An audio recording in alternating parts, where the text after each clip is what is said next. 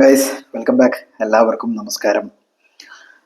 എല്ലാവർക്കും ഹൃദയം നിറഞ്ഞ ഈദ് മുബാറക്. എൻ്റെ എല്ലാ സബ്സ്ക്രൈബേഴ്സിനും എൻ്റെ വീഡിയോ കാണുന്ന എല്ലാവർക്കും ഈദ് മുബാറക് ആശംസകൾ നേരുന്നു. അപ്പോൾ നമ്മുടെ പുതിയ ട്രാൻസ്ഫർ ന്യൂസിൻ്റെ വീഡിയോയിലേക്ക് എല്ലാവർക്കും സ്വാഗതം. ഇപ്പോൾ നമുക്ക് തുടങ്ങാം. ഫസ്റ്റ് തന്നെ നമുക്ക് നമ്മുടെ ബ്രെൻഫോർഡിൻ്റെ എംബോമോയുടെ ന്യൂസുമായിട്ട് തന്നെ തുടങ്ങാം.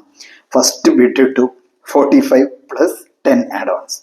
ഓൺ ദ സ്പോട്ടിൽ തന്നെ ബ്രെൻഫോർഡ് അത് റിജക്ട് ചെയ്തു. എന്താ അവസ്ഥ! ഇത്രയും നല്ല പൈസ 45+10 എന്നൊക്കെ പറഞ്ഞു കഴിഞ്ഞാൽ അത് ഓൺ ദ സ്പോട്ടിൽ തന്നെ റിജക്ട് ചെയ്തു. പക്ഷേ ഇപ്പൊ ലേറ്റസ്റ്റ് ആയിട്ട് കിട്ടിയ ന്യൂസ് എന്താണെന്ന് വെച്ച് കഴിഞ്ഞാൽ സെക്കൻഡ് ബിഡ് ഇന്ന് തന്നെ സെക്കൻഡ് ബിഡ് കൊടുക്കുകയാണ്.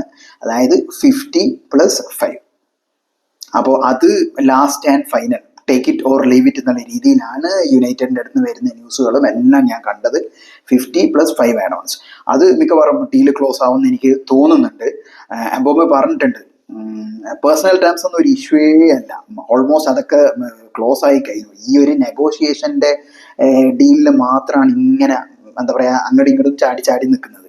50+5 ആക്സെപ്റ്റ് ചെയ്തിട്ടില്ലെങ്കിൽ പിന്നെ അത് എന്ത് ചെയ്യാനാണ്? എനിക്ക് കഴിഞ്ഞ വീഡിയോയിൽ ഒരു കമന്റ് വന്നിട്ടുണ്ടായിരുന്നു. ഞാനിങ്ങനെ ഓവർ പ്രൈസ്ഡ് ആണ്, ഇത്രയൊന്നും പ്രൈസ് ഇല്ല എന്ന് പറഞ്ഞപ്പോൾ എംബോമയുടെ ഒരു സ്റ്റാറ്റ്, പുള്ളിക്കാരൻ്റെ പേര് എനിക്ക് ഓർമ്മ കിട്ടുന്നില്ല, അടിപൊളിയായിട്ട് പുള്ളി പറഞ്ഞിട്ടുണ്ട്. കാരണം ബ്രെൻഫോർഡിൽ പുള്ളിയുടെ ആ ഒരു സ്റ്റാറ്റ്, അത്രയും നല്ല കളിയുണ്ട്. അപ്പോൾ ബ്രെൻഫോർഡ് എന്തായാലും പൈസ ചോദിക്കും. സത്യം തന്നെയാണ്. ലാസ്റ്റ് സീസണിൽ ഞാൻ ഇതിനു മുന്നേ പല വീഡിയോയിൽ ഞാൻ പറഞ്ഞിട്ടുണ്ട്, ബ്രെൻഫോർഡിൻ്റെ ആ ഒരു കോംബോ എംബോമെ വിസസ് വിസ രണ്ടുപേരും കൂടിയിട്ട് അടിപൊളി കളിയായിരുന്നു, നല്ലൊരു കോംബോ ആയിരുന്നത്. അപ്പോൾ പറഞ്ഞിട്ട് കാര്യമില്ല, എന്തായാലും 50+5 എങ്കിലും ആക്സെപ്റ്റ് ചെയ്ത് ആ ഒരു ഡീൽ ഒന്ന് എത്രയും പെട്ടെന്ന് ക്ലോസ് ആക്കാൻ പറ്റിയിട്ടുണ്ടെങ്കിൽ നല്ലതായിരുന്നു. വിൻഡോ ഓപ്പൺ ആയപ്പോൾ തന്നെ നമുക്ക് കൂനയുടെ ഡീൽ അങ്ങ് ഹിയർ വി ഗോ വന്നതുപോലെ തന്നെ നാളത്തേക്ക് തന്നെ ഇത് വരട്ടെ എന്ന് ഒരു ശുഭ പ്രതീക്ഷയിൽ നിൽക്കുകയാണ്. എംബോമയുടെ ഡീല് ഒന്ന് ക്ലോസ് ആവട്ടെ. പിന്നെയുള്ള ബ്രേക്കിംഗ് ന്യൂസ് എന്താ പറഞ്ഞാൽ വിക്ടർ ഗ്യൂക്കോറസ് ആദ്യം പറഞ്ഞത് ചാമ്പ്യൻസ് ലീഗ് കളിക്കുന്ന ടീമിലേക്ക് മാത്രമേ ഞാൻ പോവുള്ളൂ എന്നുള്ള ടോക്സ് ആയിരുന്നു വന്നത്. പക്ഷേ ഇപ്പോൾ വന്നുകൊണ്ടിരിക്കുന്നത് he is ready to accept Manchester United. ഇപ്പം ബോള് നമ്മുടെ കോർട്ടിലാണുള്ളത്, ഫൈനാൻഷ്യൽ. കാരണം അമോറിം ഡയറക്റ്റ് തന്നെ ഇറങ്ങിയിട്ട് ഡയറക്റ്റ് എന്താ പറയുക ഗ്യൂക്കോറസുമായിട്ടുള്ള ടോക്സും കാര്യങ്ങളൊക്കെ കഴിഞ്ഞ് he is convinced, he is ready. പക്ഷേ ഇനി യുണൈറ്റഡിന് ഈ ഒരു ഫൈനാൻഷ്യൽ കൊടുത്ത് സ്പോർട്ടിങ്ങിന് കൊടുത്ത് ഗ്യൂക്കോറസിനെ കൊണ്ടുവരാൻ പറ്റുമോ, അതാണ് അടുത്ത സ്റ്റെപ്പ്. അതെനിക്ക് തോന്നുന്നു ഈ എംബോമയുടെ ഡീല് കഴിഞ്ഞാൽ മാത്രമേ അതിലേക്ക് ഇറങ്ങുള്ളൂ. 55-60, അറൗണ്ട് 65 ഒക്കെയാണെന്ന് തോന്നുന്നു സ്പോർട്ടിങ് ചോദിക്കുന്നത്. ഇറ്റ് വിൽ ഡിപ്പെൻഡ്സ് ഓൺ അവർ സെയിലിനനുസരിച്ചിട്ട് മാത്രമേ അതിലൊരു തീരുമാനം ഉണ്ടാവുള്ളൂ.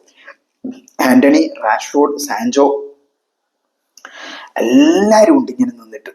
ഹോയിലുണ്ട്, ഏറ്റവും എടുത്ത് പറയേണ്ടത് ഹോയിലുണ്ട്. ഒരാൾ പോലും ഇത്ര ദിവസം 1 വീക്ക് ആവാനായി ട്രാൻസ്ഫർ വിൻഡോ ഓപ്പൺ ആയിട്ട് ഒരു ഒറ്റ പ്ലെയറിനെ നമുക്ക് സെയിൽ ചെയ്യാൻ പറ്റിയിട്ടില്ല. അവസ്ഥ നോക്കിയേ, അവസ്ഥ എന്ന് പറഞ്ഞു കഴിഞ്ഞാൽ ഒരു വൻ അവസ്ഥയാണ്. ചടപ്പിക്കുക എന്നൊക്കെ പറയില്ലേ, ആർക്കും വേണ്ടാതായിരുന്നു നമ്മുടെ പ്ലേയേഴ്സിന്.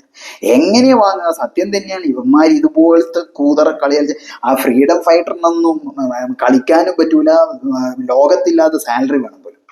ചെൽസി ആട്ടി ഓടിച്ചതല്ല അവിടുന്ന്. അവന്റെ പിന്നാലെ ഇപ്പൊ ആകെയുള്ള ഗലാറ്റസ്ട്രേ എങ്ങാനാണുള്ളത്, അവർക്ക് താങ്ങുമെന്നൊന്നും എനിക്കത് തോന്നുന്നില്ല. പിന്നെ ആന്റണീൻ്റെ ഒരു ന്യൂസ് എന്താണെന്ന് വെച്ച് കഴിഞ്ഞാല് നമ്മുടെ ടെൻഹാഗ് സഹായിക്കാനുള്ള ഒരു അനുകമ്പ കാണിച്ചിട്ടുണ്ട് ലെവർകൂസനിലേക്ക്. പക്ഷെ ലെവർകൂസന് ആ വിറ്റ്സിന്റെ സെയില് നടക്കണം. അത് 150 ആണ് അവർ ചോദിക്കുന്നത്. അതൊക്കെ കിട്ടിയിട്ടുണ്ടെങ്കിൽ ഓൺ ദ സ്പോട്ടിൽ നമ്മളെ ആന്റണീനെ ടെൻഹാഗ് കൊണ്ടുപോകും. 40-50 എന്ന് തന്നെ പറയാം. ആ ഒരു റേഞ്ച് തന്നെയാണ് ആന്റണിക്ക് വില കിട്ടിയിട്ടുള്ളത്. ഇപ്പോൾ അത് കിട്ടിയിട്ടുണ്ടെങ്കിലും നമുക്ക് ഓൺ ദ സ്പോട്ടിൽ തന്നെ ഗ്യൂക്കോറസിന്റെ ഡീൽ നടത്തായിരുന്നു. ആദ്യം ഗ്യൂക്കോറസിന്റെ ട്രാൻസ്ഫർ വിൻഡോ ഓപ്പൺ ആയപ്പോൾ തന്നെ സമ്മറിൽ ആസ്നൽ ആയിരുന്നു ഫ്രണ്ട് റണ്ണേഴ്സ് ആയിട്ട്. പക്ഷെ ആസ്നൽ ഇപ്പോൾ കുറച്ചായിട്ട് നമ്മുടെ ബെഞ്ചമിൻ സെസ്കോയിലേക്ക് നീങ്ങിയതോടുകൂടി ഗ്യൂക്കോറസ് നമ്മൾ ആക്സെപ്റ്റ് ചെയ്തു.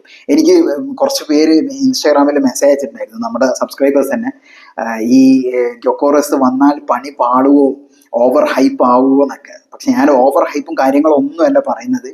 He is proven under Amorim. കാരണം അമോറിമാണ് ഗ്യോക്കോറിസിനെ ഇതുപോലെ വളർത്തിയെടുത്തത്. പിന്നെ പുള്ളി പ്രീമിയർ ലീഗിൽ കളിച്ചതാണ്, ബ്രൈറ്റണിൽ കളിച്ചിട്ടാണല്ലോ സ്പോർട്ടിങ്ങിലേക്ക് പോകുന്നത്.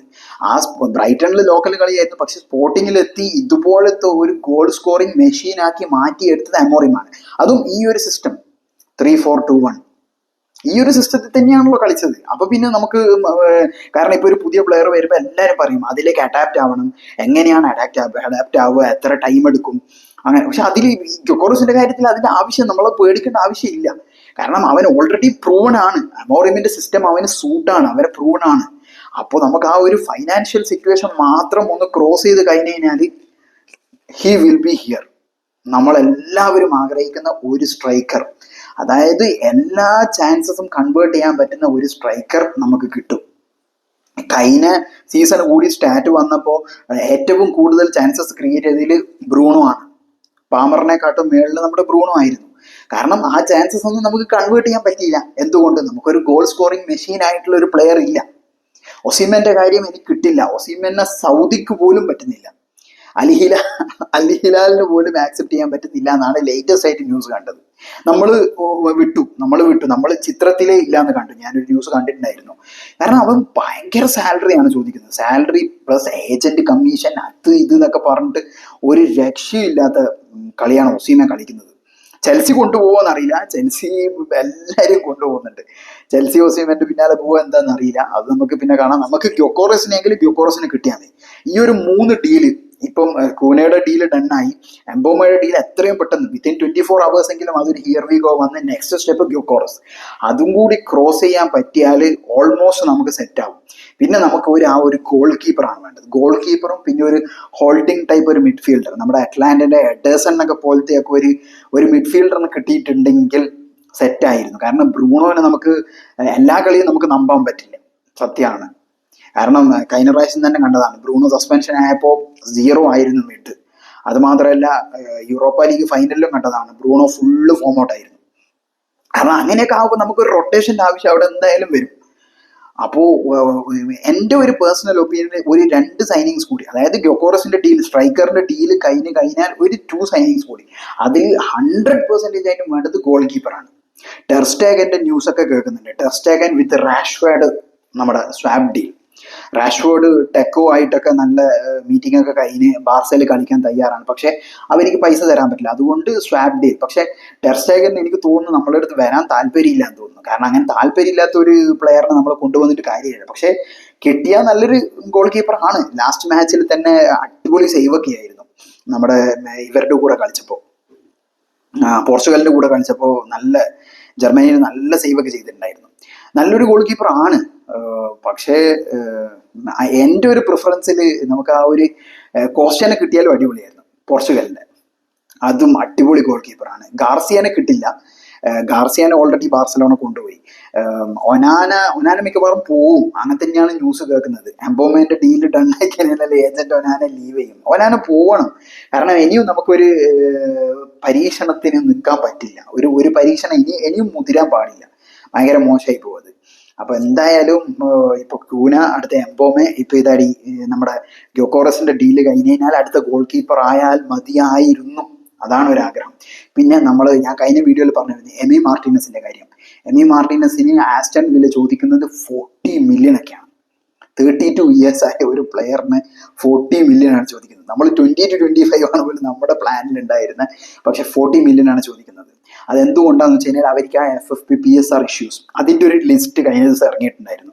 അതിൽ സേഫ് സോണിലാണ് നമ്മളൊക്കെ. ചെൽസിയാണ് ഫസ്റ്റ് ഉള്ളത്, പിന്നെ സിറ്റി, പിന്നെ അതൊക്കെ ഉണ്ട്. നമ്മൾ ഒരു 135-125 ആ ഒരു ഇതിൽ സേഫ് ആയിട്ടാണ് ഉള്ളത്.